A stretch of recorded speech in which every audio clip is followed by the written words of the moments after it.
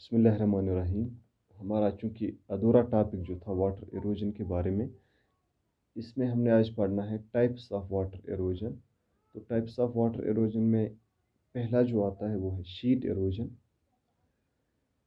Sheet erosion چونکہ میں نے کل بھی بولا تھا کہ کنفیوژن ہونے کی بات نہیں ہے، یہ سوائل ایروجن میں بھی ہم لکھ سکتے ہیں، اس میں بھی پڑھ سکتے ہیں، وہاں پر بھی یہ ٹھیک مانا جائے گا. یہ سوائل ایروجن میں بھی ہم لکھ سکتے ہیں types of soil erosion, that is sheet erosion, rill erosion, gully erosion, ٹھیک ہے نا.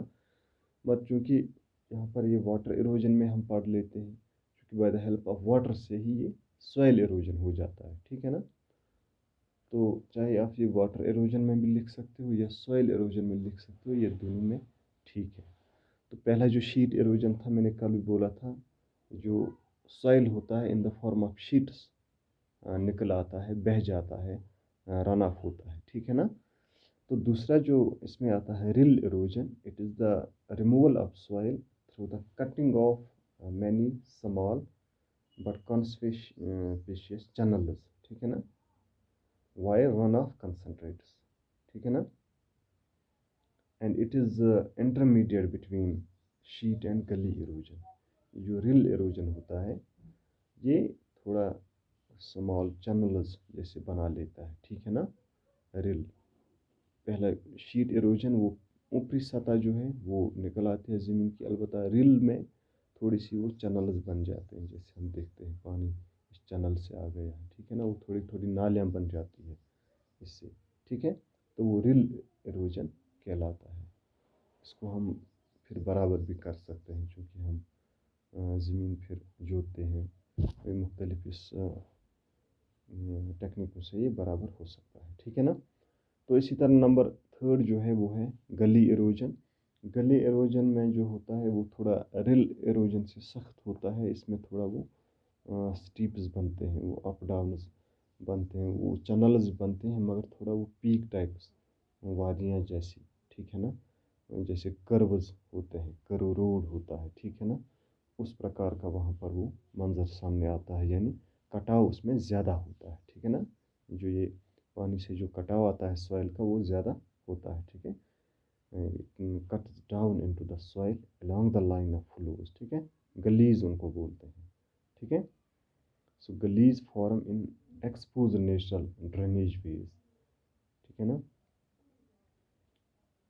یعنی ریل ایروجن سے ان کا جو یہ افیکٹ ہوتا ہے زیادہ سخت ہوتا ہے.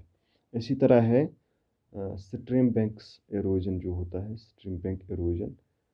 دس is the loss of soil along the banks of streams or along the banks of rivers، ٹھیک ہے نا.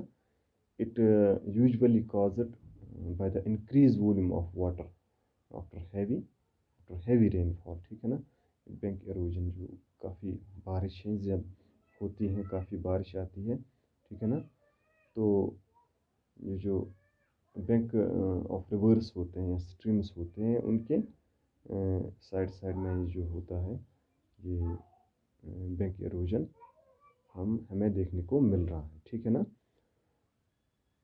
اسی طرح جو ایک اور آتا ہے سلپیج آف لینڈ، اور لینڈ سلپیج اس کو ہم بولتے ہیں، اور سلپ ایروجن بھی اس کو بولتے ہیں، ٹھیک ہے نا. یہ چونکہ ریفر کرتا ہے جو سلپ ایروجن، یہ blocks of water saturated soils moving down slopes in response to gravity. وہاں پر یہ پایا جاتا ہے چونکہ جہاں پر گریوٹی کا معاملہ سامنے آتا ہے، دیٹ مینس یہ تھوڑا اپر سٹیپس ہوتے ہیں، وہاں سے وہ سوائل آنا، سوائل کا گرنا، سوائل کا کٹاؤ آنا شروع ہو جاتا ہے، ٹھیک ہے نا. تو سلپ ایروجن اس لیے یعنی زمین وہاں سے سلپ ہونی شروع کرتی ہے، چونکہ مگر ریسپانسبل ان کے لیے سبوں کے لیے واٹر ہی ہے، ہیوی واٹر ہے. اس لیے ہم ان کو واٹر ایروجن میں بھی کبھی لکھ سکتے ہیں، کیونکہ یہ سوائل ایروجن ہی ہے. سوائل کو ہی یہ یہ ٹائپس سوائل کے ہی ہے، sheet erosion, rill erosion, gully erosion. یہ چونکہ سوائل میں ہی ہم پڑھتے ہیں، مگر اس کو ہم واٹر ایروجن میں بھی پڑھ سکتے ہیں، چونکہ مین جس سے ہوتا ہے یہ وہ واٹر ہی ہے، ٹھیک ہے. اوکے.